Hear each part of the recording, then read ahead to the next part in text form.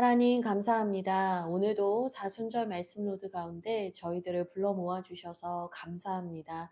고난 주간을 보내면서 예수님의 사랑과 십자가를 더욱 묵상합니다. 오늘 시편 말씀을 읽을 때에도 하나님께서 그 말씀을 통하여서 우리의 마음에 주님의 사랑으로 채워 주시고 또 우리에게 생명까지 주신 그 예수 그리스도가 더 선명하게 다가오는 시간이 되게 하여 주시옵소서. 예수 그리스도의 이름으로 기도합니다. 아멘. 아멘. 네, 오늘은 56편부터 저희 60편까지 이제 보게 되는데요. 같이 좀 읽고 하나하나 좀 설명해 가도록 하겠습니다.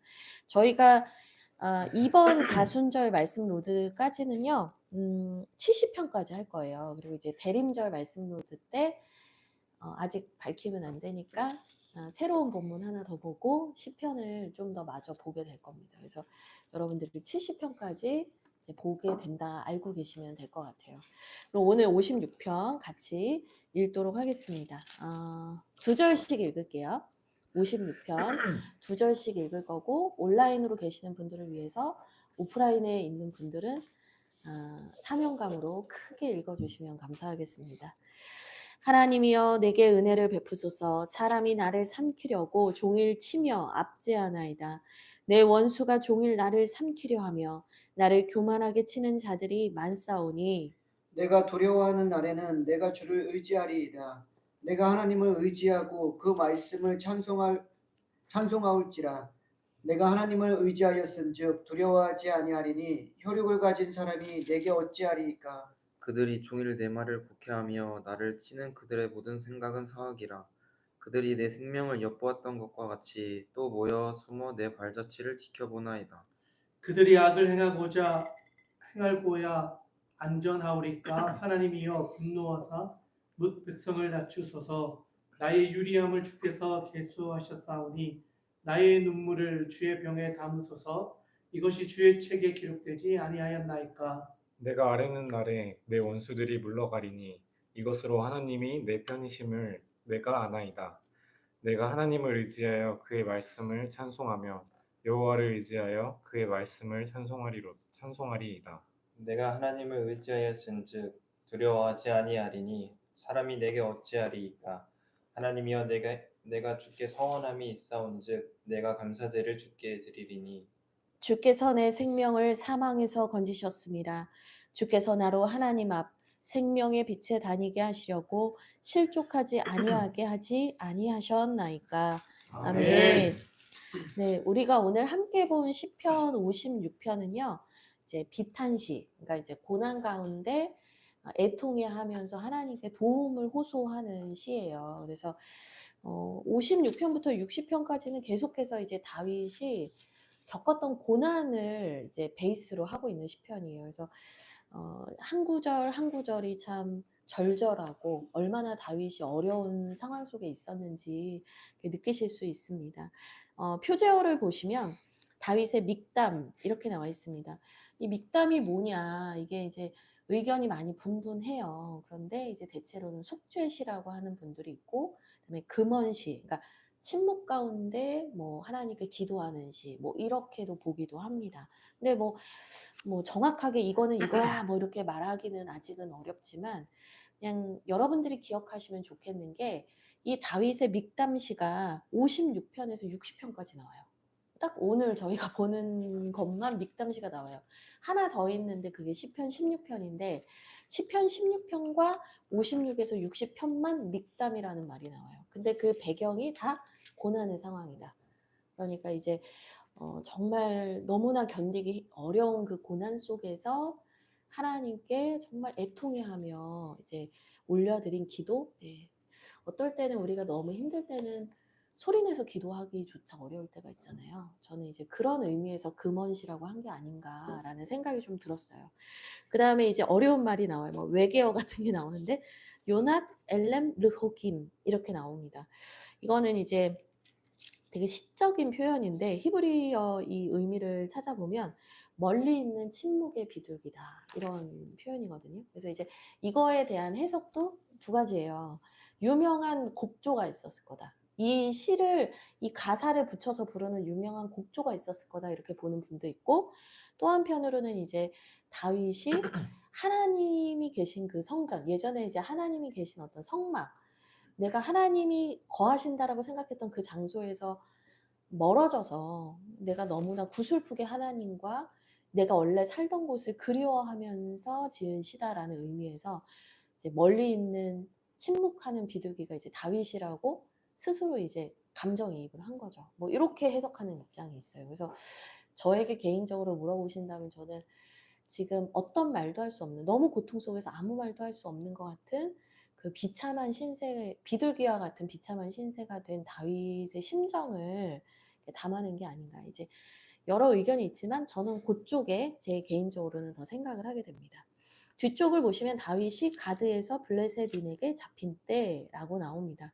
그러니까 이 56편부터 60편 사이는 표제어가 아주 디테일해요. 그러니까 이게 사무엘 상하랑 계속 왔다 갔다 하면서 보시는 게 도움이 되는데요. 이 말씀, 이 시편 같은 경우에는 사무엘상 21장, 21장과 연결이 되어 있습니다. 그래서 이 21장이 무슨 얘기냐면 사울이 정말 다윗을 괴롭히고 막 힘들게 하고 죽이려고 하는 여러 막 위기 상황들이 많았잖아요. 근데 이제 그 중에서도 우리 최병화 목사님과 함께 살펴봤었던 이 에돔 사람 도액이 사울에게 이간질을 하고 일러 바쳐가지고 그 제사장들을 수많은 제사장들을 다 죽여버리게 되잖아요. 막 거의 뭐 광기죠 이거는 뭐. 그래서 그때 그 난리가 난 시점에 다윗이 너무 무섭고 두려워서 가드 땅으로 도망을 가요. 근데 이 가드 땅으로 도망을 갔는데 이 가드 왕의 이 신하들이 아니 쟤 걔 아니냐 사울은 천천히요 다윗은 만만히요 그 노래 부르는 우리나라 사람들 그렇게 위협하는 더 나쁜 놈 아니냐 사울보다 더 나쁜 놈이 쟤다 이제 이거를 이제 신하들이 잃는 거죠.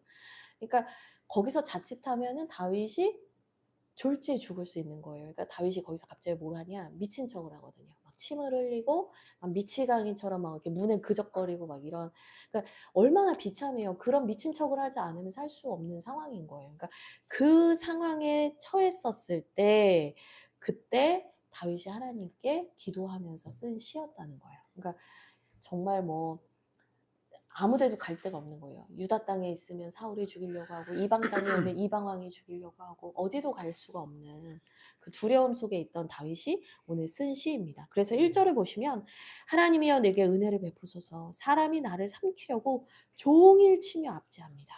2절에도 내 원수가 종일 나를 삼키려 합니다. 여기서 계속 나오는 단어가 뭐냐면 종일이라는 단어예요. 1절에도 종일, 2절에도 종일, 5절에도 종일.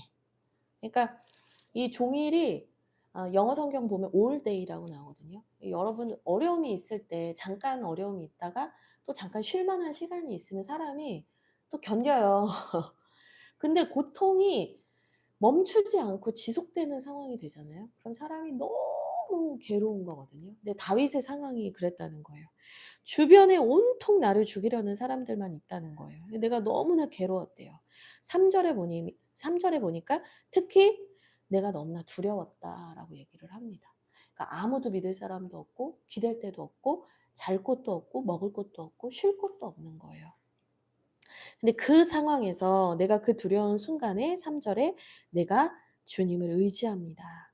4절에 내가 하나님을 의지합니다. 4절에 또 나오죠. 내가 하나님을 의지합니다. 그러니까 지금 3절과 4절에 이 짧은 구절 안에 내가 하나님을 의지합니다라는 말이 3번이나 나오는 거예요. 하나님 의지합니다. 하나님 의지합니다. 하나님 의지합니다. 하나님 저 좀 살려주세요. 저 좀 살려주세요.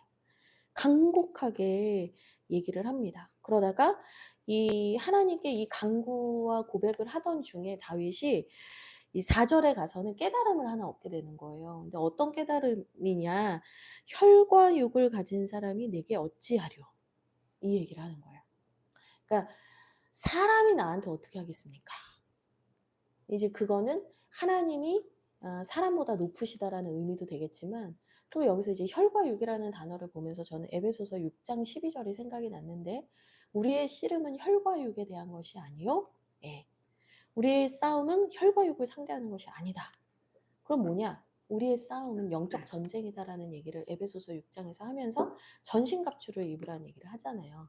진리의 허리띠와 믿음의 흉배와 믿음의 방패와 의의 흉배와 구원의 투구와 성령의 검과 복음의 신을 신고 우리가 무장해서 살아야 된다. 영적으로 무장되지 않으면 누구라도 넘어질 수 있다. 이거 이제 에베소서 6장 말씀이거든요.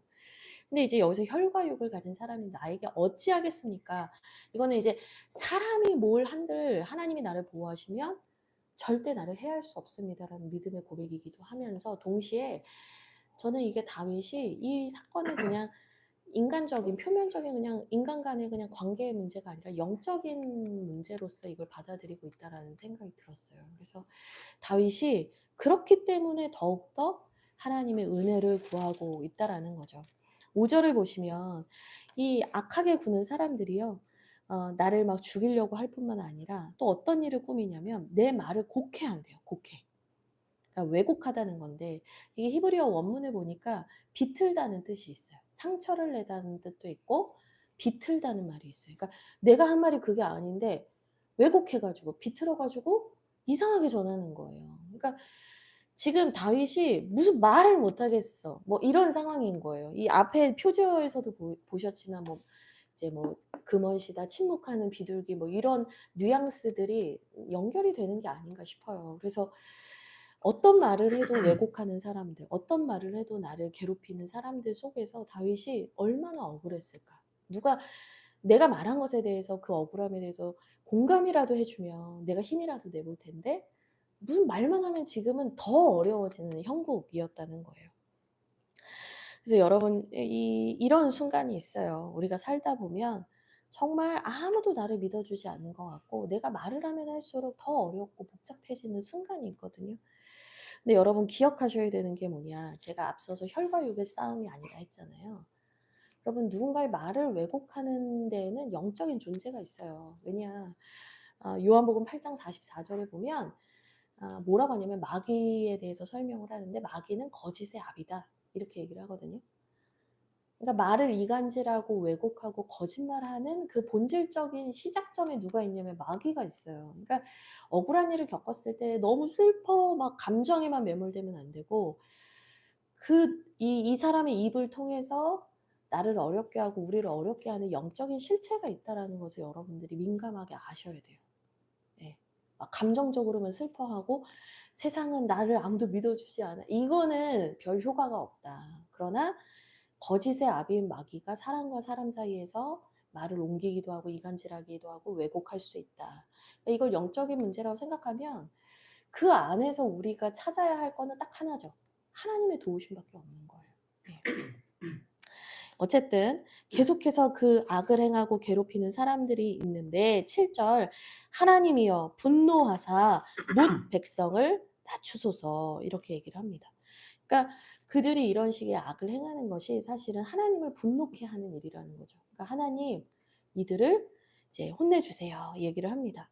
그러면서 8절에 자기의 상황을 다시 한번 얘기를 하는데 나의 유리함을 주께서 계수하셨사오니 나의 눈물을 주의 병에 담으소서 이것이 주의 책에 기록되지 아니하였나이까 이렇게 얘기를 합니다. 이 말씀은 너무 유명해서 다들 좀 잘 아실 것 같아요. 나의 유리함을 나의 정말 이렇게 고통스러운 이 상황을 하나님 보고 계시죠. 나의 눈물을 계수하여 주세요. 여러분 눈물을 셀 수 있어요. 그러니까 이 표현이 뭐냐면 너무너무 힘들고 서러울 때는 그냥 말없이 닭똥 같은 눈물만 뚝뚝 떨어진단 말이에요. 그러니까 그 눈물 하나하나를 셀 정도로 하나님께서 내 아픔을 아신다는 거예요. 하나님 제 아픔 아시죠? 제 어려움 아시죠? 하나님 저를 불쌍히 여겨주세요. 제가 얼마나 이유 없이 고통받았는지 아시죠? 하나님 제발 저 좀 살려주세요. 여기서 주의 병에 이렇게 해서 뭐 유리병 같이 말을 했는데 이 원문을 보니까 가죽 부대예요. 그러니까 광야를 살아가는 사람들이 이 가죽 부대가 없으면 죽잖아요. 물이 없으면. 위급 상황에 항상 물을 먹어야 되니까 그 가죽 부대가 꽤 컸다고 해요. 늘어지기도 하고. 근데 거기에 담길 정도면 도대체 얼마나 울었다는 거예요. 그러니까 광야에서 필요한 게 물인데 자기의 물주머니, 자기의 가죽 주머니에는 내 눈물이 가득 차 있다 이 말이에요. 그러니까 광야에서 눈물의 기도로 살아가고 있다 이 말을 하고 있는 거예요. 다윗이 얼마나 아름다운 시적인 표현으로 써서 우리가 잘 와닿지 않을 수 있지만 다윗이 자신의 눈물을 머금며 그 광야의 생활을 견뎠다. 네, 그게 참 우리에게 많은 도전과 또 우리의 삶의 자리에서 고난이 있는 사람들에게도 위로의 말씀이 되는 것 같아요. 그러면서 9절에는 이렇게 얘기를 합니다. 하나님이 나의 편이심을 내가 알고 있습니다. 근데 이제 여기서 하나 이제 조심하셔야 되는 건 내가 내 맘대로 살면서 하나님 내 편이니까 이거는 잘못된 거예요. 근데 내가 하나님의 뜻대로 살기 위해서 받는 고난, 의를 위해서 박해를 받는 그 고난에 대해서 하나님께서 나의 편이시다 이 얘기인 겁니다. 그래서 다윗이 하나님 저를 위해 주세요. 저를 불쌍히 좀 여겨주세요. 제가 당신을 의지합니다. 계속해서 고백을 합니다.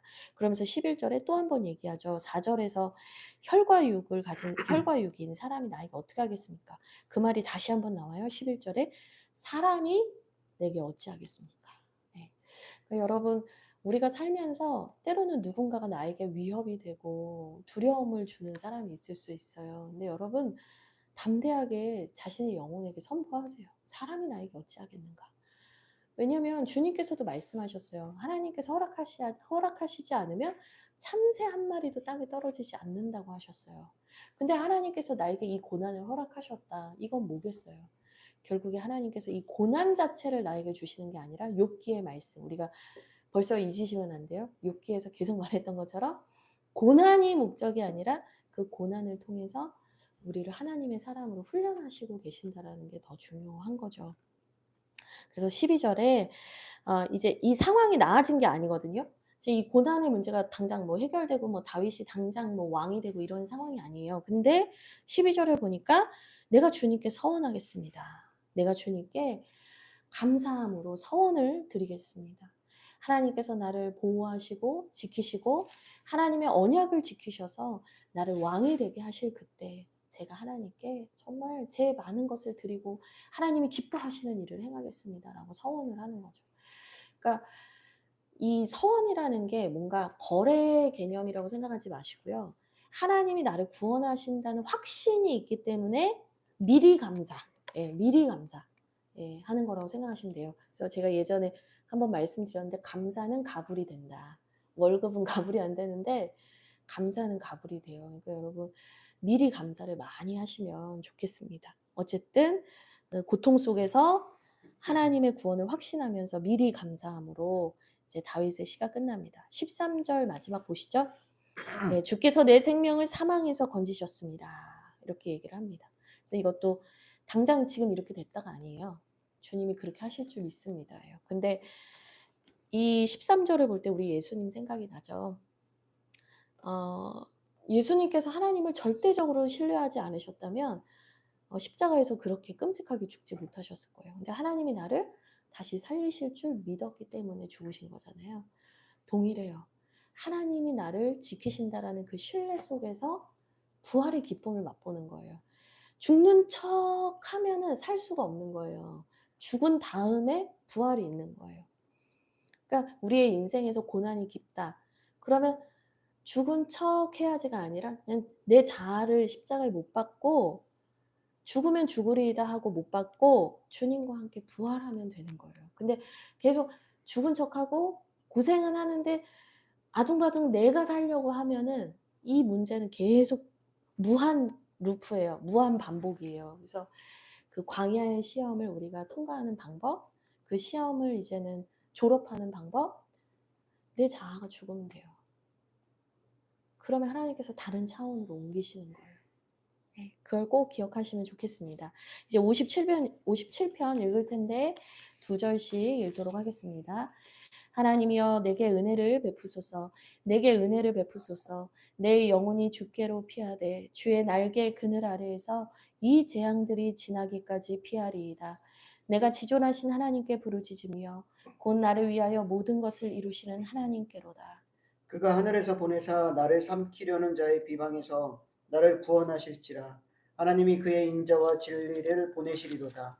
내 영혼이 사자들 가운데에서 살며 내가 불사르는 자들 중에 누웠으니 곧 사람의 아들들 중에라. 그들의 이는 창과 화살이요 그들의 혀는 날카로운 칼 같도다. 하나님이여 주는 하늘 위에 높이 들리시며 주의 영광이 온 세계 위에 높아지기를 원하나이다. 그들이 내 걸음을 막으려고 그물을 준비하였으니 내 영혼이 억울하도다. 그들이 내 앞에 웅덩이를 팠으나 자기들이 그 중에 빠졌도다. 하나님이여 내 마음이 확정되었고 내 마음이 확정되었사오니 내가 노래하고 내가 찬송하리이다. 내 영광아 깰지어다. 피파야 수고마 깰지어다. 내가 새벽을 깨우리로다. 주여 내가 만민 중에서 주께 감사하오며 문 나라 중에서 주를 찬송하리이다. 무릇 주의 인자는 커서 하늘에 미치고 주의 진리는 궁창에 이르나이다.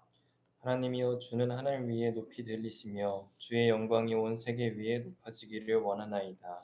아멘. 아멘. 네, 시편 57편도 다윗의 믹담이다 이렇게 되어 있고요. 여기에도 막 어려운 용어들이 막 나오죠. 인도자를 따라 알다셋에 맞춘 노래다 이렇게 되어 있습니다. 그래서 알다셋의 의미 자체가 멸망시키지 마소서라는 의미가 있다고 해요. 그러니까 나를 구원해 주십시오. 이 어려움 속에서 내가 죽을 것만 같은데 하나님 저를 살려주십시오. 이제 이런 메시지인 거죠. 특별히 어떤 상황이었냐면 다윗이 사울을 피하여 굴에 있던 때다 이렇게 얘기를 하고 있어요. 그래서 다윗이 사울을 피해서 굴에 있었던 때가 몇 번 있거든요. 그래서 사무엘상 22장 1절에서 2절을 보면 아둘람 굴에 다윗이 있었다 이런 표현들이 있고 24장 사무엘상 24장을 보시면 이제 엔게디 광야에 있을 때 거기서 이제 굴에 숨어 있었는데 사울이 이렇게 큰일을 대변을 보러 와요. 그래서 사실은 사울이 무방비였기 때문에 다윗과 다윗의 신하들이 사울을 죽일 수 있었는데 하나님의 기름 부음 받은 자를 내가 내 손으로 심판할 수 없다라고 해서 이제 옷자락만 살짝 베잖아요. 근데 나중에 다윗이 그것마저도 되게 하나님 앞에 회개하거든요. 근데 이제 그때 그 굴에 있을 때 뭐 요 정도로 생각해 볼 수 있는데 대체로는 이제 사무엘상 24장을 배경으로 한다라고 사람들은 얘기를 하는 편입니다. 그래서 그 엔게디 광야에 있을 때 사울을 피하여서 숨어 있었는데 사울이 자기 발로 들어왔고 그러나 다윗은 하나님의 심판을 믿으며 사울을 손대지 않았던 그 상황을 배경으로 하고 있다라고 볼 수 있습니다. 그래서 1절을 먼저 보시면요. 하나님 내게 은혜를 베푸소서 내게 은혜를 베푸소서 내 영혼이 주께로 피하되 주의 날개 그늘 아래에서 이 재앙들이 지나가기까지 피합니다. 이렇게 얘기를 해요. 근데 여러분 사실 지금 다윗이 굴에 숨어서 피해 있는 상황이기는 했는데 사울을 죽일 수 있었잖아요. 그러니까 내가 주도권을 가질 수 있는 상황이었는데 사울을 스스로 죽이지 않고 그냥 칼을 내려놓고 하나님이 이 모든 상황과 이 일들이 지나가게 하실 때까지 나는 내 스스로 칼을 쥐지 않겠습니다라고 고백하는 때란 말이죠. 그러니까 여기에서 지금 이 재앙들이 지나가기까지 내가 피하겠습니다라는 거는 다윗이 진짜 아무것도 할 수 없어서가 아니라 죽일 수 있는 기회가 있었음에도 저는 하나님의 시간표를 따라가겠습니다라고 얘기를 하는 거거든요. 우리가 이제 기도를 할 때도 그럴 때가 너무 많잖아요. 어려운 일이 있을 때 하나님 이 일 좀 이제 저한테서 사라지게 해주세요. 이 일이 저에게 없어지게 해주세요. 우리는 이런 기도를 많이 하는데 다윗의 성숙함, 영적인 성숙함이 어디서 나오냐면 이걸 멈춰주세요. 이걸 끝내주세요라고 기도하는 게 아니라 이 과정, 고통스럽지만 이 과정, 하나님의 이 훈련 과정이 다 끝나기까지 제가 이 시간을 견뎌낼 수 있는 힘을 주십시오라고 기도한다는 거예요. 저는 이게 되게 다른 거라고 생각해요. 당장 내가 원하는 때 이거 좀 그만 좀 해주세요가 아니라 하나님 제가 여기에서 끝까지 승리하고 하나님의 보호하심 속에서 안전할 수 있도록 지켜주십시오. 완전 다른 기도거든요. 근데 다윗의 기도는 내가 할 수 있는 것들을 내려놓고 하나님의 시간표를 따라가기로 결정했다라는 겁니다. 2절에 다윗이 그렇게 할 수 있었던 이유가 나오거든요. 뭐라고 하냐면 나를 위하여 모든 것을 이루시는 하나님이 계시기 때문입니다. 이렇게 얘기를 해요. 나를 위하여 모든 것을 이루신다. 이게 뭐냐? 나를 위하여 하나님의 계획을 완성하실 거라는 걸 안다는 거예요. 쉽게 말하면 고난이 끝난다. 내 지금 당장 어려운 고난이 끝난다. 이제 1차적으로는 그런 의미지만 더 좀 더 풍성한 의미는 뭐냐면 단순히 고난이 끝나는 수준이 아니라 나를 왕으로 세우시는 하나님의 계획이 완성되는 그때가 있는 걸 알기 때문에 그 하나님의 언약이 분명히 성취될 것을 알기 때문에 지금 내가 내 방법으로 내 마음대로 이 문제를 해결하려고 하지 않겠습니다라는 고백이라는 거예요. 저는 이걸 보면서 예수님 생각이 정말 많이 났는데 하나님께서 그 부활을 완성하실 그때까지 하나님께서 그 부활의 영광을 온전히 이루실 그때까지 예수님께서 뭘 하셨는가? 십자가에 달려서 그 고난의 시간을 그저 지나가셨다는 거예요. 이거를 내 잔을 이 고난의 잔을 피하고 싶지만 뭐라고 했냐면 아버지의 뜻대로 하옵소서 했잖아요. 예수님은 그 고난을 생략하지 않으셨어요. 그걸 그대로 지나가셨어요. 근데 그러실 수 있었던 이유가 뭐냐? 모든 것을 완성하실 하나님에 대한 신뢰가 있었다는 거예요. 제가 이걸 보면서 이거는 하나님과 진짜 살아있는 신뢰관계를 맺고 있지 않은 사람은 이런 고백을 할 수 없는 거예요. 여러분들이 어려움과 고난이 있을 때 이런 기도를 하셨으면 좋겠어요. 내가 이 시간을 하나님이 허락하신 이 시간을 지나갈 수 있는 힘을 주시고 그리고 하나님께서 우리를 향하신 온전하신 계획이 완벽하게 성취될 그날을 우리가 바라보게 해주십시오. 이제 이게 하나님께서 기뻐하시는 기도라는 생각이 듭니다. 4절을 보시면 다윗의 상황이 다시 나오는데 다윗의 상황이 어렵죠. 불사르는 자들 가운데 누워 있고 사자들 가운데 살고 있고, 그러니까 이 누워 있다라는 표현이 나오거든요. 4절 보시면 누웠다라는 표현 나오시죠? 그러니까 나를 죽이려고 하고 나를 괴롭히는 사람들이 도처에 깔려 있어서 내가 어떻게 되어 있냐? 누워 있는 지경이라는 거예요. 근데 그러니까 제일 바닥으로 갔다 이 말이에요. 제일 낮은 자리로 바닥으로 처해서 갔다 이 말이거든요. 근데 5절에 보시면 하나님에 대해서 그 순간에 찬양을 하는데 하나님은 어디 계시냐? 하늘 위에. 그러니까 지금 나는 가장 바닥에 있는데 그 바닥에 있는 다윗이 하나님이 하늘 위에 계십니다라고 찬양하고 있는 거예요. 여러분 놀랍지 않아요? 이분은 참 시적으로도 음악적으로도 재능이 있고 예술적인 감각도 있는 분이지만 여러분 보세요. 내가 지금 저 끝에 바닥에 가장 비참하게 살고 있는데 하나님은 가장 높은 곳에 계시니 난 좋습니다라고 고백할 수 있다? 엄청난 고백인 거예요. 내 위치가 어디에 있느냐보다 더 중요한 게 뭐냐면 하나님이 하늘 위에 가장 높은 곳에 계시는 크신 하나님이다. 내가 그 하나님을 찬양하겠다라고 고백을 합니다. 6절에 때로는 억울하죠. 때로는 억울하죠. 내 영혼이 억울하기도 합니다. 그런데 7, 8, 9 너무 중요해서 우리 같이 읽도록 하겠습니다. 같이 읽겠습니다. 하나님이여 내 마음이 확정되었고 내 마음이 확정되었사오니 내가 노래하고 내가 찬송하리이다. 내 영광아 깰지어다. 비파야 수금아 깰지어다. 내가 새벽을 깨우리로다. 주여 내가 만민 중에서 주께 감사하오며 문나라 중에서 주를 찬송하리이다. 아멘. 근데 이 억울하고 힘든 상황에서 다윗이 뭐라고 하냐면 내 마음이 확정됐대요.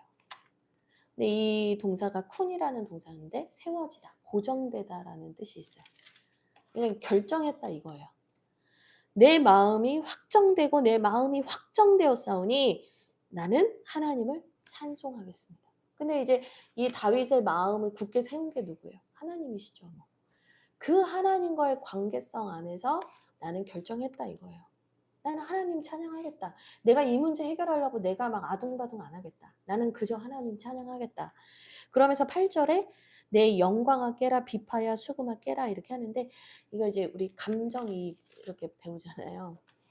비파야 수금아 얘는 인간이 아니에요. 의인화할 수 없는 거예요. 그러니까 아니죠. 인간이 아닌데 의인화한 거예요. 예, 그래서 이 악기들아 깨어나라 얘기를 하는데 이게 찬양하는 도구잖아요. 자기 자신한테 감정이입해서 말하는 거예요. 다윗아 깨어나서 하나님을 찬양해야지. 이제 그 말을 시적으로 하는 거야. 비파야 수고마 깨어라. 그러니까 예를 들면 선식이가 하나님을 찬양하는 거야. 그러니까 스스로 매운니 이제 선언을 할 수 있는데 선식이 기타를 붙잡고 기타야 우리 하나님 찬양하는 거야 이렇게 얘기를 하는 거야. 자기에게 하는 말인데 자기가 그 다른 악기를 빌어서 이렇게 얘기를 하는 거예요. 그러면서 결국은 이제 뭐냐 영적으로 잠들고 낙심해 있고 지쳐 있었던 내 영혼을 향해서 제3자가 말하듯이 나를 향해서 내가 선언한다는 거예요. 선포한다는 거예요. 그러면서 내가 새벽을 깨우리로다. 네, 되게 재밌는 건 8절이 다 명령형 동사거든요. 해라, 깨어라, 너 일어나라 명령이에요. 근데 내가 새벽을 깨우리로다 여기만 미완료 시제예요. 네, 미완료 시제가 갖는 게 뭐냐면 과거부터 계속 해왔던 일들을 지속할 때 이게 반복될 때 미완료 시제를 쓰거든요. 그러니까 내가 내 영혼을 깨우기 위해서 뭐 한다는 거야. 내가 새벽마다 내 영혼을 일으켜 세우면서 내가 새벽마다 하나님을 높이고 찬양하겠다는 거예요. 여러분 이게 뭐냐. 새벽이 이제 어두움에서 밝음으로 넘어가는 시간이기도 하지만 새벽이 뭘 말하냐면 하루를 시작하는 첫 번째 시간인 거예요. 그 하루를 시작하는 첫 번째 시간에 내가 영적으로 압도하고 승리하고 가겠다 이거예요. 여러분, 그러니까 새벽 예배가 한국 교회의 전통이라고 하지만 제가 볼 때는 다윗도 영성적으로 새벽 기도를 많이 했던 것 같아요. 그래서 진짜 간절하니까 새벽에 눈을 떠서 하나님 부르짖을 수밖에 없고 내 영혼을 향해서 선언하지 않으면 그 하루를 살 수가 없는 거예요, 사실은. 여러분 진짜 이런 간절함이 있었기 때문에 다윗이 이런 어려움 속에서도 하나님을 굳건히 붙들었다라고 저는 생각을 합니다. 어쨌든 9절에 계속해서 나는 찬송할 겁니다. 얘기를 합니다. 그래서 11절은 다시 한번 5절 반복이죠. 그래서 나는 하나님의 크신만을 높이겠습니다. 라고 하면서 이 시편은 끝이 납니다. 네, 저희 58편 같이 읽도록 하겠습니다. 우리 2절씩 읽도록 할게요. 통치자들아 너희가 정의를 말해야 하거늘 어찌 잠잠하냐. 인자들아 너희가 올바르게 판결해야 하거늘 어찌 잠잠하냐. 아직도 너희가 중심에 악을 행하며 땅에서 너희 손으로 폭력을 달아 주는도다. 악인은 모태에서부터 멀어졌으며 나면서부터 곁길로 나아가 거짓을 말하는도다. 그들의 독은 뱀의 독 같으며 그들은 귀를 막은 귀머거리 독사 같으니 술사에 홀리는 소리도 듣지 않고 능숙한 술객의 요술도 따르지 아니하는 독사로다. 하나님이여 그들의 입에서 이를 꺾으소서. 여호와여 젊은 사자의 어금니를 꺾어내시며 그들이 급히 흐르는 물같이 사라지게 하시며 겨누는 화살이 꺾임 같게 하시며 소머리에 가는 달팽이 같게 하시며 만삭되지 못하여 출생한 아이가 햇빛을 보지 못함 같게 하소서. 가시나무 불이 가마를 뜨겁게 하기 전에 생나무든지 불붙는 나무든지 강한 바람으로 휩쓸려 가게 하소서. 의인이 악인의 보복당함을 보고 기뻐하며 그의 발을 악인의 피에 씻으리로다. 그때 사람의 말이 진실로 의인에게 갚음이 있고 진실로 땅에서 심판하시는 하나님이 계시다 하리로다. 아멘. 네, 58편도 믹담 이렇게 나와 있고 57편과 마찬가지로 알다셋 이렇게 나와 있어요. 그러니까 어려운 중에 고난 중에 쓴 이제 시편 중에 하나인데 이제 얘는 58편은 좀 정확한 어떤 상황에 대한 기록은 없어요. 표제어에. 그렇기는 한데 이 시편의 내용을 볼 때 불의한 재판관들, 그러니까 불의한 리더십에 대한 다윗의 분노가 나오거든요. 그래서 이 5절까지는 이 불의한 재판관이나 이 불의한 리더십이 어떻게 살고 있는지 이 사람들에 대한 고발이 나오고 그다음에 11절까지는 그 악인들을 하나님이 어떻게 심판하실까 이제 그런 좀 강구 예, 뭐 이런 내용이 있습니다. 그래서 먼저 이렇게 딱 보시면 1절에 통치자들아 이렇게 시작을 하죠. 그러니까 뭐 판결을 하는 사람이든 국가를 뭐 다스리는 사람이든 리더십에 있는 사람들아 너희가 정의를 말해야 하거늘 어찌 잠잠하냐. 너희가 올바르게 판결해야 하는데 어찌 잠잠하냐 이렇게 얘기를 해요. 그러니까 너희들의 지금 모습이 너희들의 직분에 맞지 않는 너희들의 삶에 대해서 내가 실망하고 있다. 이런 얘기를 하는 거거든요. 그러면서 어찌 잠잠하냐라고 얘기를 하는데 이제 저는 이 말씀을 묵상하다 무슨 생각이 들었냐면 죄에 대해서 그러니까 문제에 대해서 적극적으로 나서서 그것을 뭐 해결하려고 막 이렇게 노력하는 것도 귀한 거지만 여기에서 이제 잠잠하냐라는 표현을 보면서 제가 든 생각이 뭐였냐면 침묵하지 않는 것. 예. 사실 그게 되게 우리에게 중요한 거라는 생각이 드는 거예요. 그러니까 반대로 말하면 뭐냐면 나는 저 사람한테 나쁘게 안 했어. 근데 나는 뭐 그렇다고 잘해준 것도 아니지. 난 그냥 가만히 있었어. 라고 말하는 거에 대해서도 하나님은 분명히 추궁하실 수 있다. 그것에 대해서 책망하실 수 있다는 거예요. 그러니까 내가 이 자리를 맡았다면 우린 침묵하지 않아야 된다는 거예요. 하나님이 나를 세우신 그 자리가 있다면 거기서 침묵하지 않는 게 하나님이 원하시는 거라는 거죠. 근데 이제 1절에 나오는 사람들은 다 어떻게 했냐? 잠잠했다는 거예요. 침묵했다는 거예요. 그러면서 2절에 너희의 중심에 악을 행하고 너희는 폭력을 행한다라고 얘기를 해요. 근데 이제 2절이 아직도라고 시작을 하는데 옛날 성경을 좀 보니까 오히려라고 돼 있더라고요. 저는 이제 그 표현이 더 좀 뉘앙스가 더 좋은 것 같아요. 그러니까 너희 왜 침묵해? 너희 왜 침묵해? 침묵하는 줄 알았더니 도리어 더 나쁜 짓을 하고 있었네? 이 얘기하는 거거든요. 그러면서 이제 자신이 가진 직분을 가지고 옳은 일을 위해서 애쓰지 않고 오히려 더 그 힘을 가지고 나쁜 짓을 앞장서고 있는 이 리더십에 대해서 다윗이 화를 내고 있어요. 그러면서 너희들이 태어날 때부터 악인이었던 게 분명하다. 막 이러면서 너희는 뱀의 독과 같고 너희는 독사와 같다.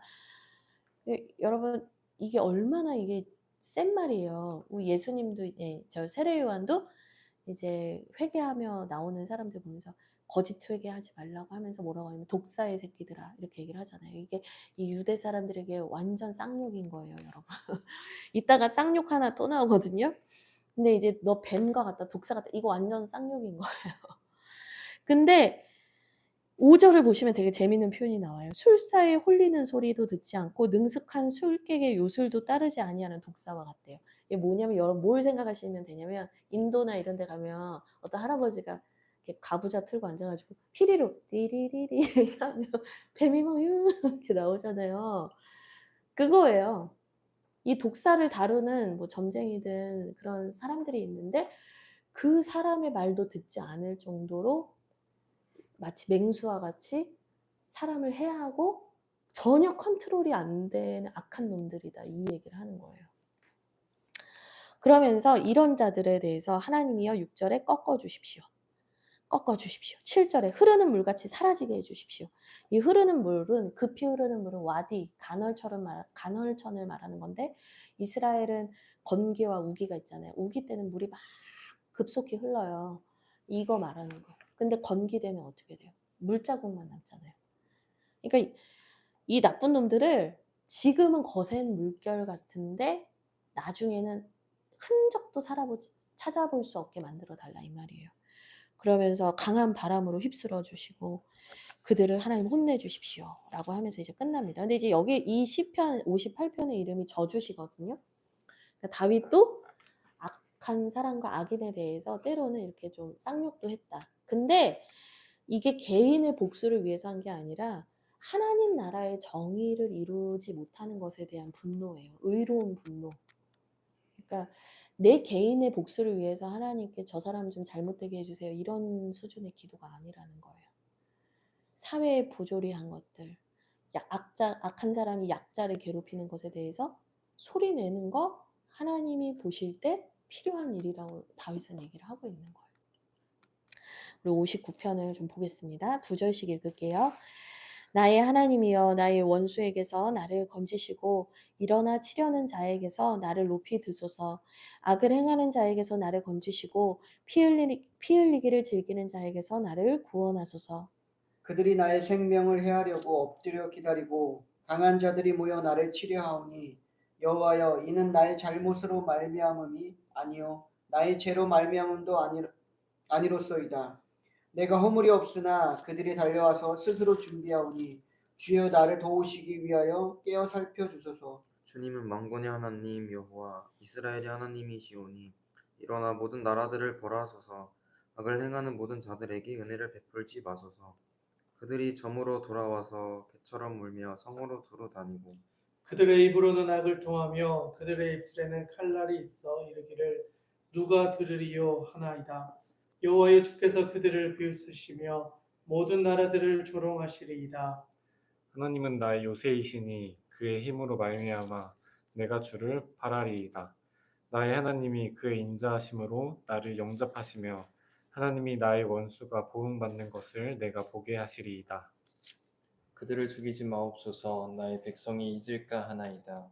우리 방패 되신 주여 주의 능력으로 그들을 흩으시고 낮추소서. 그들의 입술의 말은 곧 그들의 입의 죄라. 그들이 말하는 저주와 거짓말로 말미암아 그들이 그 교만한 중에서 사로잡히게 하소서. 진노하심으로 소멸하시되 없어지기까지 소멸하사 하나님이 야곱 중에서 다스리심을 땅끝까지 알게 하소서. 그들에게 점으로 돌아와서 개처럼 울며 성으로 두루 다니게 하소서. 그들은 먹을 것을 찾아 유리하다가 배부름을 얻지 못하면 밤을 새우려니와 나는 주의 힘을 노래하며 아침에 주의 인자하심을 높이 부르리오니 주는 나의 요새이시며 나의 환난 날의 피난처이심이니이다. 나의 힘이시여 내가 주께 찬송하오리니 하나님은 나의 요새이시며 나를 긍휼히 여기시는 하나님이시니이다. 아멘. 네, 시편 59편도 믹담, 비탄시고요. 또 믹담이라고 되어 있죠. 알다셋, 저를 멸망시키지 말아 주십시오라는 간구가 담겨 있습니다. 어떤 상황인가 표지어를 보니까요. 사울이 사람을 보내어 다윗을 죽이려고 했던 때 이렇게 나오거든요. 그러니까 이게 사무엘상 19장을 배경으로 하는 거예요.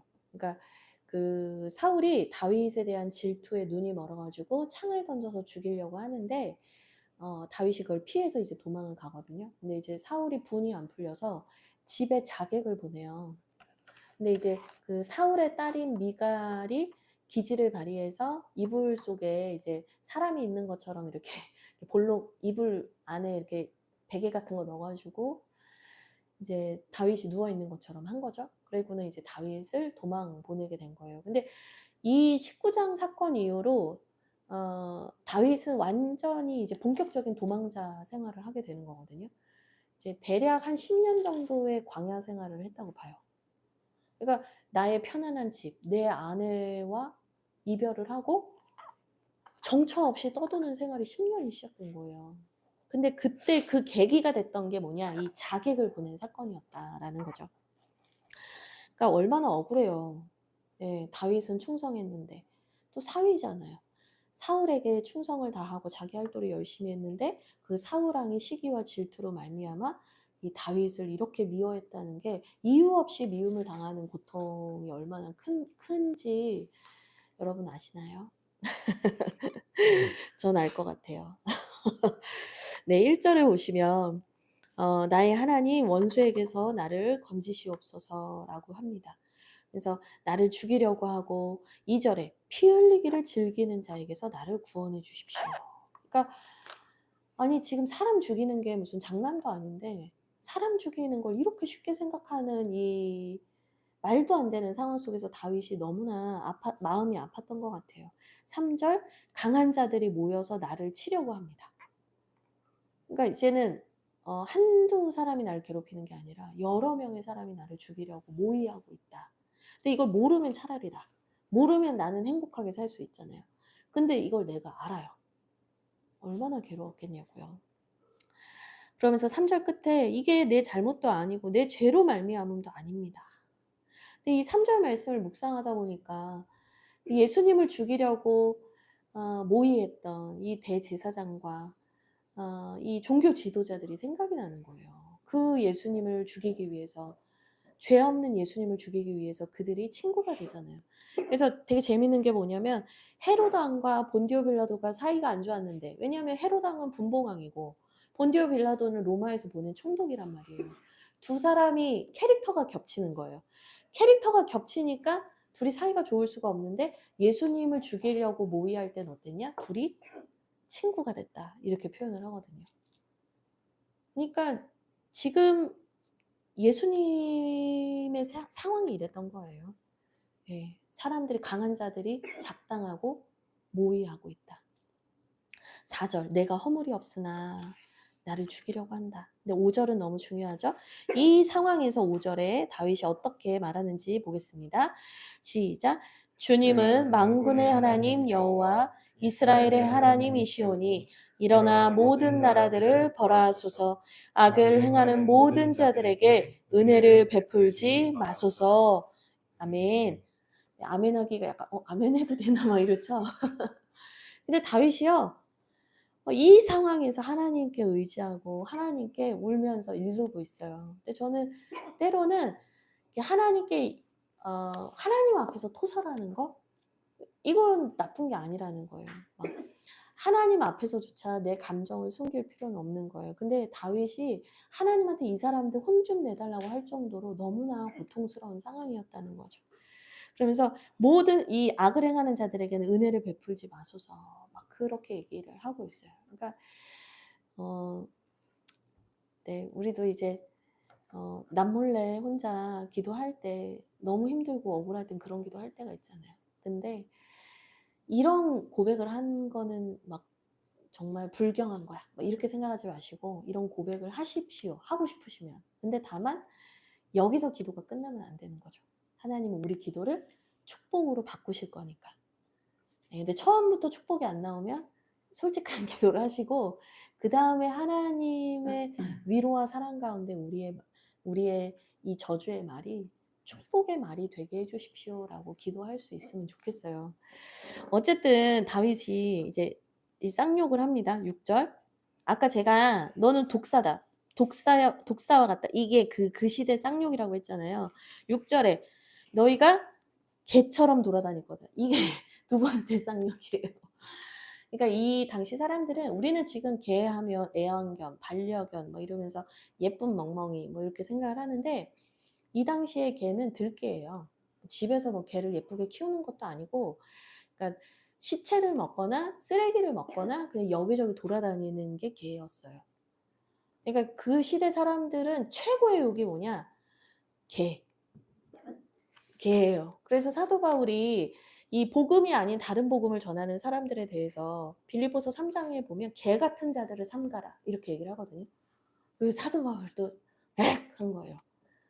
그러니까 이 시대 때 개 이거는 완전 그런 욕이에요. 근데 너희가 그러니까 결국에는 시체나 뜯어먹고 쓰레기나 먹으면서 배회하는 존재가 될 거다. 이 말 하는 거거든요. 얼마나 이게 다윗이 얼마나 속상했으면 그쵸? 근데 이제 그들도 어떠냐면 7절에 자기들이 나쁜 짓을 하든지 말든지 누가 그걸 듣겠냐고 얘기를 해요. 그걸 누가 알겠냐. 그러니까 얘네도 사실은 하나님을 우습게 아는 애들인 거예요. 그러면서 8절에 하나님이 그들을 보고 비웃고 조롱하신다라고 얘기를 해요. 그러니까 단순히 나에게 잘못해서 저 사람들에 대해서 다윗이 이렇게 막 화를 내는 게 아니라 하나님을 무시하고 하나님께도 범죄하는 자들이었기 때문에 다윗이 이렇게까지 화를 내고 있다라고 보시면 돼요. 그러니까 이 사울이 지금 다윗을 죽이려고 자객을 보는 상황이잖아요. 근데 사울도 하나님 믿었잖아요. 예배도 드렸잖아요. 근데 여러분 교회를 다니고 하나님을 믿는다고 하면서도 사람을 죽이려는 사람이 있어요. 근데 그게 결국엔 하나님을 믿는다고 하지만 하나님 무시하는 행동이라는 거예요. 진짜 하나님을 경외한다면 나를 돌아보고 내 모습을 회개하고 사람을 살리는 게 무엇인가를 고민해야 되는데 지금 당신은 하나님을 정말 알지 못한다고 얘기를 하는 거죠. 그러면서 나는 하나님만 바라보겠습니다. 11절에 주의 능력으로 나를 지켜주십시오. 그들을 흩어주십시오. 얘기를 하고 있습니다. 12절 그들의 입술의 말은 곧 입의 죄라 말하는 저주와 거짓말로 말미암아 그들이 교만한 중에서 사로잡히게 하소서. 12절에 보면 이 다윗을 괴롭히는 사람들이 입으로 죄를 많이 졌던 것 같아요. 근데 이제 거짓말하고 저주하고 막 이런데 자신의 입을 쓴 거죠. 근데 야고보서 3장 10절에 보면은 너희가 한 입으로 찬송과 저주를 함께 뱉는 것이 마땅하지 않다라는 말씀이 있어요. 그러니까 한 입으로 어떨 땐 찬양하면서 어떨 땐 저주한다 이 말이에요. 그게 믿는 사람의 입술이 그렇게 될 수가 있냐는 거예요. 똑같은 거예요. 지금 당신이 하나님을 믿는다고 하는데 이렇게 사람을 죽이려고 하고 이렇게 사람을 괴롭히는 것이 맞습니까? 라고 다윗이 묻는 거예요. 그래서 결국에는 당신은 정말 잘못했고 하나님께서 당신을 혼내주실 겁니다. 16절에 나는 그러나 주의 힘을 노래하고 주의 인자하심을 높이 부르며 환난 날에 피난처이신 하나님께로 피하겠습니다. 라고 얘기를 하고 있습니다. 네, 이제 저희 60편 마지막 60편 보도록 하겠습니다. 60편도 2절씩 읽을게요. 하나님이여 주께서 우리를 버려 흩으셨고 분노하셨사오나 지금은 우리를 회복시키소서. 주께서 땅을 진동시키사 갈라지게 하셨사오니 그 틈을 기우소서. 땅이 흔들림이니이다. 주께서 주의 백성에게 어려움을 보이시고 비틀거리게 하는 포도주를 우리에게 마시게 하셨나이다. 주를 경외하는 자에게 깃발을 주시고 진리를 위하여 달게 하셨나이다. 주께서 사랑하시는 자를 건지시기 위하여 주의 오른손으로 구원하시고 응답하소서. 하나님이 그의 거룩하심으로 말씀하시되 내가 뛰놀리라. 내가 세겜을 나누며 숲꽃 골짜기를 측량하리라. 길르앗이 내 것이요 므낫세도 내 것이며 에브라임은 내 머리의 투구요 유다는 나의 규임이요 모압은 나의 목욕통이라 애굽에는 나의 신발을 던지리라. 블레셋아 나로 말미암아 외치라 하셨도다. 누가 나를 이끌어 견고한 성에 들이며 누가 나를 에돔에 인도할까? 하나님이여 주께서 우리를 버리지 아니하셨나이까? 하나님이여 주께서 우리 군대와 함께 나아가지 아니하시나이다. 우리를 도와 대적을 치게 하소서. 사람의 구원은 헛됨이니이다. 우리가 하나님을 의지하고 용감하게 행하리니 그는 우리의 대적을 밟으실 이심이로다. 아멘. 아멘. 네, 드디어 60편 마지막 시편입니다. 네, 60편을 보시면 다운이 교훈하기 위하여 지은 믹담이다 이렇게 되어 있고 수산 에두스에 맞춘 노래다. 그래서 이제 어떤 곡조 뭐 증거의 백합화라는 뜻인데 어떤 곡조가 아니겠는가 이렇게 얘기를 하고요. 다윗이 아람 나하라임과 아람 소바와 싸우는 중에 쓴 시래요. 이 지역을 그냥 대략적으로 시리아 지역, 네, 메소포타미아 그 강이 흐르는 그 지역이라고 보시면 되고요. 이제 그때 전쟁하던 중에 이제 다윗이 쓴 시다. 그런데 이제 나중에 요압이 돌아와서 12,000명을 죽였다라고 이제 보고를 한 거죠. 그러니까 결론이 나와 있는 거예요. 그러니까 위기 상황에 다윗이 썼는데 나중에 요압의 보고를 받으니 전쟁의 결과는 뭐냐면 대승이었다는 거예요. 그래서 이 사무엘하 8장, 역대상 18장을 봐도 이제 엄청나게 크게 승리한 걸로 나오거든요. 그러니까 지금의 위기는 뭐냐? 잠깐의 위기라는 거예요. 이 하나님께서 큰 승리로 우리와 함께 하실 것은 분명한데 이제 이 위기는 지나갈 위기다라는 거죠. 근데 이제 우리가 지금도 그렇잖아요. 우리가 때로는 살면서 죄를 짓기도 하고 어려움에 처하기도 하지만 예수님께서 이미 십자가와 부활로 완벽한 승리를 이루셨잖아요. 그리고 그 예수님의 승리가 최후, 그러니까 재림하시는 그때에 우리에게 완전한 승리로 우리가 온전히 누리게 될 거잖아요. 그래서 우리가 최후 승리를 얻기까지 이 고백을 한단 말이죠. 그러니까 승리는 확실히 보장된 거예요. 근데 그 최후 승리를 얻기까지 잠깐 인생 가운데서 위기를 당했을 때 다윗이 바로 이 시를 썼다. 이게 중요합니다. 네, 그래서 1절을 보시면요. 하나님이여 주께서 우리를 흩어버리셨고 분노하셨지만 지금은 우리를 회복시켜 주십시오. 이렇게 얘기를 해요. 그러니까 지금 어떤 전쟁 상황에서 위기가 좀 있었던 것 같아요. 근데 그게 다윗이 보니 우리가 하나님 앞에 죄를 졌다는 거예요. 우리가 하나님 앞에 잘못을 했다는 거예요. 그래서 내가 이 어려움을 겪게 된 거죠. 그런데 지금 우리의 죄로 인해서 어려움을 겪게 됐지만 하나님 회복시켜 주세요. 라고 기도하고 있다는 거예요. 2절에도 이제 땅이 갈라지고 어려움이 있죠. 근데 2절에 보니까 뭐라고 하냐? 그 틈을 기우소서. 그러니까 기우소서가 기울어지다 이 의미가 아니에요. 꼬맨다는 거예요. 기우다. 그러니까 땅이 갈라지는 것 같은 어려움이 있는데 하나님이 그 틈을 다 꼬매 주십시오. 이 말인 거예요. 그러면서 3절 백성에게 어려움을 보이시고 비틀거리게 하는 포도주를 우리에게 마시게 하셨습니다. 그러니까 여기서 이제 포도주는 뭐냐면 우리의 죄로 인한 죄의 결과예요. 형벌. 우리가 포도주를 먹고 비틀거리듯이 정신을 못 차리고 몸을 못 가눌 정도로 어려운 상황이 됐지만 하나님 저희를 회복시켜 주십시오라고 얘기를 하는 거예요. 4절 같이 읽겠습니다. 요건 4절, 5절은 같이 읽으면 좋을 것 같아요. 4절, 5절 같이 읽겠습니다. 시작. 주를 경외하는 자에게 깃발을 주시고 진리를 위하여 달게 하셨나이다. 주께서 살아가시는 자를 건지시기 위하여 주의 오른손으로 구원하시고 응답하소서. 아멘. 그래서 이런 어려운 상황이 있지만 하나님 제가 경외합니다. 그러니까 회개합니다. 하나님 제가 잘못했습니다. 하나님을 다시 높여드립니다. 하나님 제가 회개하오니 저에게 깃발을 주십시오. 이 깃발은 뭐냐면 승리를 의미하는 거예요. 여호와 니시 깃발. 그러니까 이 막 싸우다가 전쟁하다가 지면은 다 꺾이고 뭐예요? 깃발 딱 꽂으면서 우리가 이겼다 하잖아요. 그러니까 주님의 승리를 우리에게 주십시오라고 얘기를 하고 있는 거예요.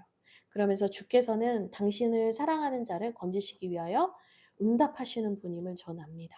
이제 간절히 기도를 하는 거죠. 여러분 이게 왜 중요하냐면 우리가 하나님 앞에서 관계가 끊어지고 죄를 짓거나 잘못을 하면 자꾸 하나님을 피하고 싶어져요. 그게 죄의 반응 중에 하나예요. 아담도 숨잖아요. 죄 짓고 나서 숨거든요. 근데 다윗은 제가 잘못했습니다. 하나님 제가 잘못했습니다. 제가 실수했습니다. 제가 문제가 있었습니다. 근데 다윗은 참 특이한 사람이에요. 하나님께 더 달라붙어요. 여러분 이게 놀라운 거예요. 사단 마귀는 계속 속여요. 하나님도 너 용서 안 하실걸? 하나님도 너 이번엔 너한테 아주 괘씸해 하실걸? 이렇게 우리를 참소하고 속인단 말이에요. 근데 다윗은 어떻게 하냐면 죽어도 난 하나님 손에서 죽겠다. 난 그냥 하나님한테 매달리면 한다. 그리고 하나님께 가는 거거든요. 그러니까 잘못을 했어도 빨리 회복이 되는 거예요. 이번 주에도 설교했지만 가룟 유다가 작은 유혹이 왔을 때 빨리 끊어냈으면 크게 문제가 안 됐을 거예요. 근데 작은 죄를 우습게 알다가 작은 죄 때문에 예수님을 멀리하다가 점점 예수님을 팔기까지 된 거거든요. 여러분 기억하셔야 돼요. 내가 죄를 졌다. 내가 문제가 있다. 그럼 어디로 가야 돼요? 하나님 바짓가랑이로 가야 돼요. 십자가 보혈 흐르는 그 십자가 밑으로 빨리 뛰어가셔야 되는 거예요. 그리고 나서 이제 6절에 보면 하나님 우리를 응답하시고 우리에게 승리를 주십시오 한 다음에 7절과 8절이 대비가 되는 거예요. 근데 7절을 먼저 보세요. 길르앗은 내 것이요. 이 길르앗이 뭐냐면 이제 요단 동편에 있는 지역이란 말이에요. 우리가 예전에 들었던 설교에서 아주 유명한 사람이 이 출신이에요. 길르앗 사람 바르실레. 바르실레 기억하시죠? 네. 여기 길르앗. 길르앗도 내 거고 므낫세도 내 거고 에브라임은 내 머리에 투구고 유다는 나의 규다. 그러니까 이 유다와 이 에브라임은 하나님께서 내 것이라고 택한 내 소유요 내가 존귀하게 여기는 사람들이라는 거예요. 근데 모압은 뭐예요? 여러분? 목욕통이다. 네, 이제 목욕통인데 이게 사실 이제 발 씻는 세수대야 같은 거거든요. 그러니까 모압이 아무리 대단한 척해도 걔는 내 발 씻는 통밖에 안 돼. 이제 이런 의미도 있고 이 발 씻는 통을 가지고 와서 사람의 발을 씻는 존재가 종이거든요. 그러니까 모압은 나의 종일 뿐이고 에돔도 나의 신발을 받는 종일 뿐이고 블레셋도 그렇다는 거예요. 그러니까 7절과 8절이 대조가 되는데 7절은 하나님의 백성은 하나님이 왕의 규처럼 왕의 지팡이처럼 그렇게 존귀하게 여겨주시는데 나의 투구, 나의 왕관처럼 귀하게 여겨주는데 이방 민족은 내가 던져버리고 종처럼 여긴다는 거예요. 그러니까 하나님을 믿는 백성은 존귀하게 여겨주시고 하나님을 대적하는 자들은 하나님께서 그렇게 천대하신다고 말씀하셨잖아요. 그러니까 이 전쟁에서 우리에게 승리를 주십시오라고 얘기를 하는 거예요. 그래서 10절에 하나님 주께서 우리 군대와 함께 나아가지 아니하시겠습니까?